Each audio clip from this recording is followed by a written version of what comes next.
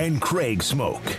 Earlier the week, the NFL Combine released 21 players invited. We went over the programs that were the healthiest as far as the deepest. Michigan, of course, with 18.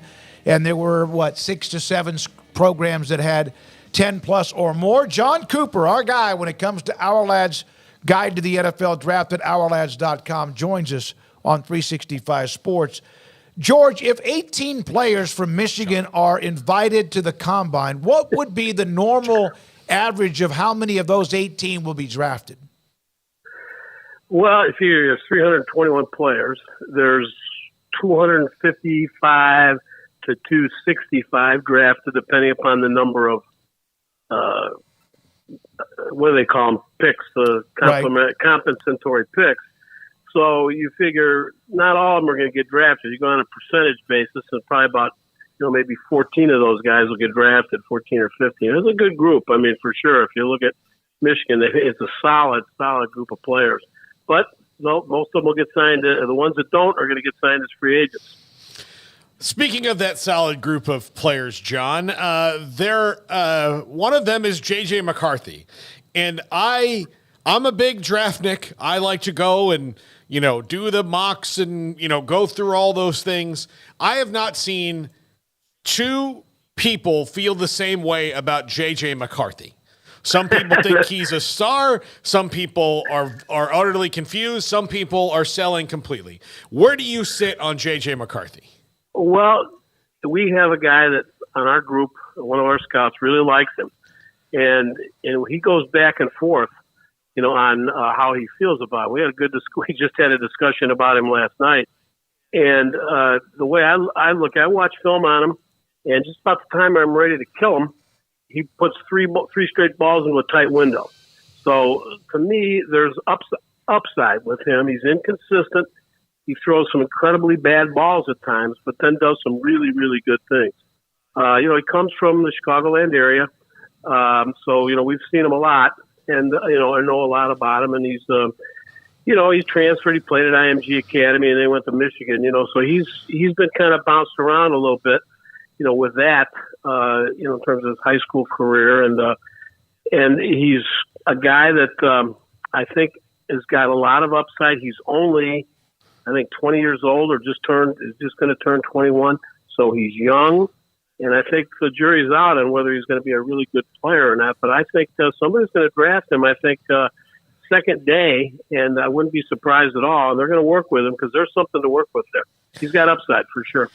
John, sticking with the quarterbacks, as a Commanders fan, I'm obviously very interested in that number 2 overall pick, and I guess just kind of default in my brain the last few months is like, okay, Drake May probably would be the guy, but it just feels like there's a lot of enthusiasm behind Jayden Daniels and where he kind of fits in the bigger picture. For you, where does Jayden Daniels fit amongst a Caleb Williams, a Drake May, and what do you like, maybe not like about his game as it translates to the next level?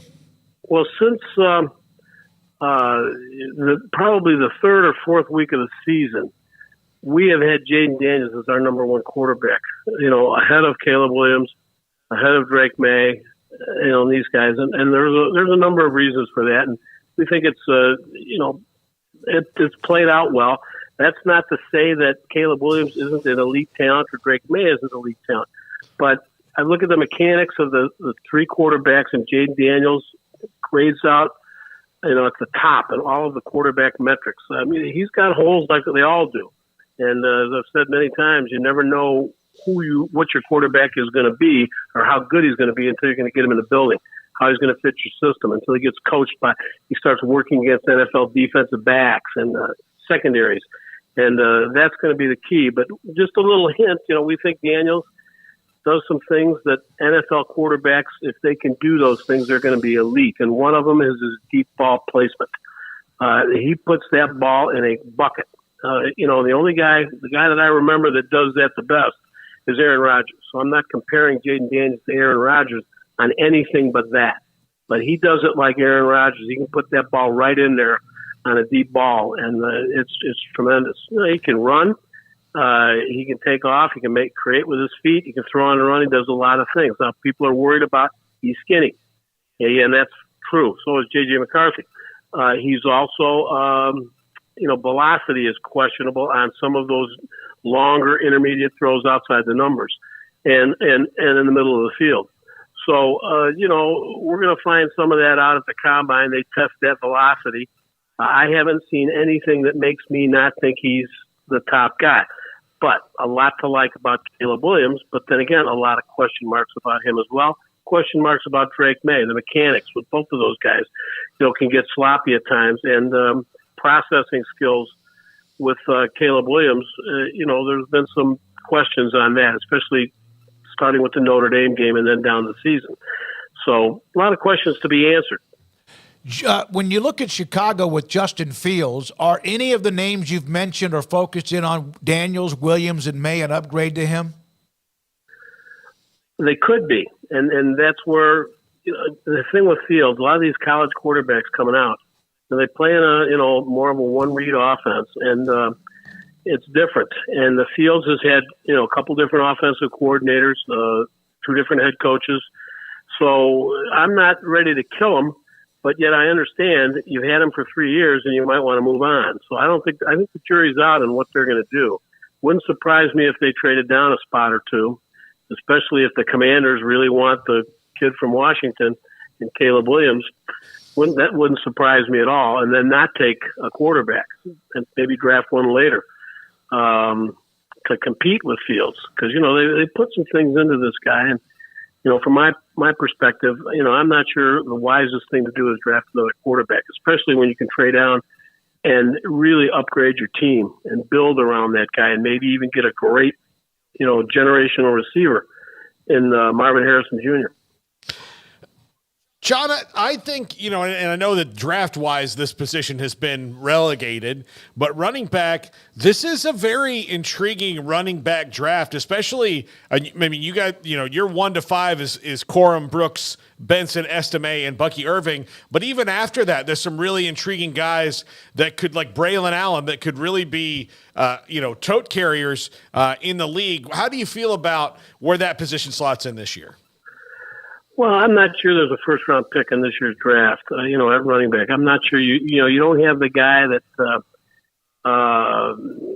like you had last year in Robinson. There isn't that elite type of a running back. Jonathan Brooks from Texas, there's the injury question. I mean, he played behind those 2 guys, at Texas, and all of a sudden he really broke out, but yet he's got the ACL that, we're going to have to take a look at, at that. So, but, overall, I think when you get into the second day, there's some quality players. I think Blake Corum, we happen to like the best. There's some intangibles there, too, that we break in there. Guys like Trey Benson are hard runners, break tackles. You can go all the way down to Corey Schrader at Missouri, who we think is the ultimate try-hard guy, that are solid football players. Dylan Law, who lit it up at the Senior Bowl as a receiver out of the backfield. These are going to be serviceable players that are going to help teams. But, we don't see, one of those guys necessarily being that elite, Saquon Barkley, that type of player.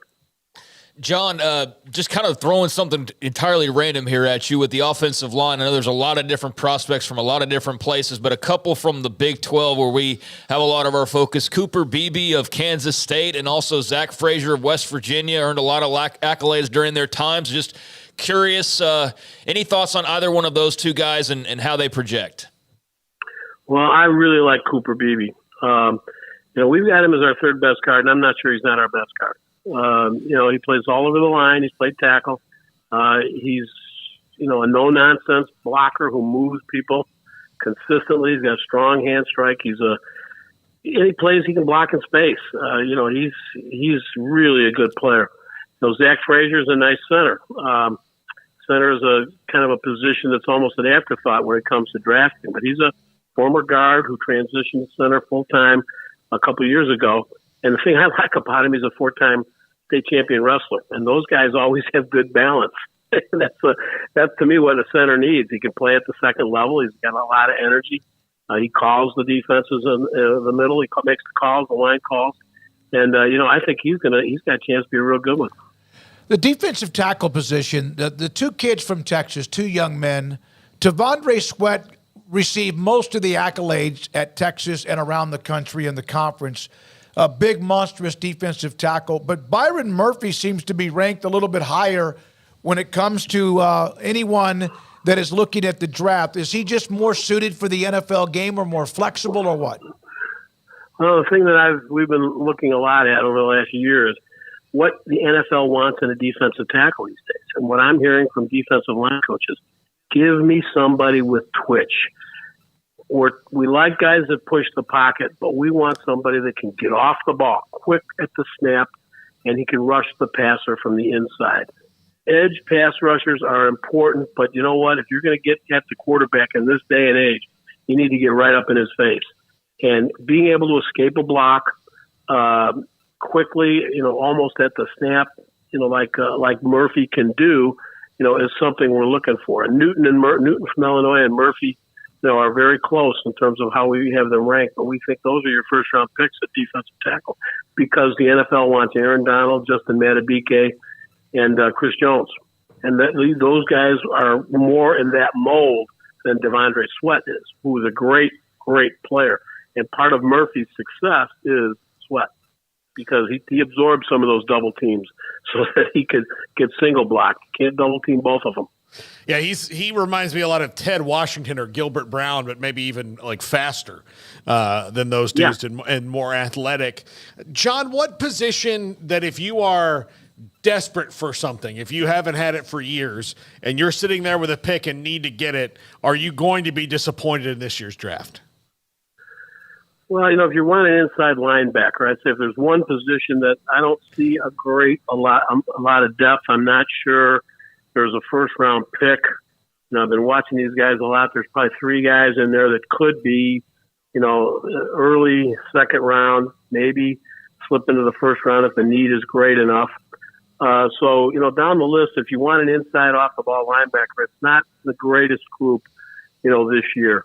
Other than that, there's not a lot of tight end depth, but there's some really good tight ends, that are at the top of the draft. And it's, and you're going to find some players in there. There's going to be some guys that are going to rise up, and guys are studying, and there's going to be some free agents. Ivan Pace Jr. was the second best rookie linebacker, maybe the best rookie linebacker in the NFL last year, and nobody drafted him, which shocked me. But that's going to happen. You're going to find somebody like that. John, the combine around the corner, is that just you can't wait? Is that something you just like all sorts of information you can digest and accumulate over the 6 to 7, 8 days?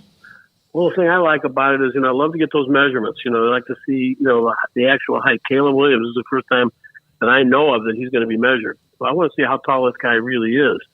The wingspan for some of these guys that haven't been measured, that we don't have that information on. Those are numbers that we like to see. We like to see how they run the 40 times. While they're not the end all, but those athletic skills and those drills that they do are, can be very telling. Especially if you're trying to separate players. If you've got 2 guys you really like, and all of a sudden one guy doesn't perform very well on these tests, that's going to be could be a separator. So, those kinds of things are important. There's certain things they do with quarterbacks that, testing that, matters. So that's the thing that I like about it. The on-field drills and those kinds of things are important. They're fun to watch.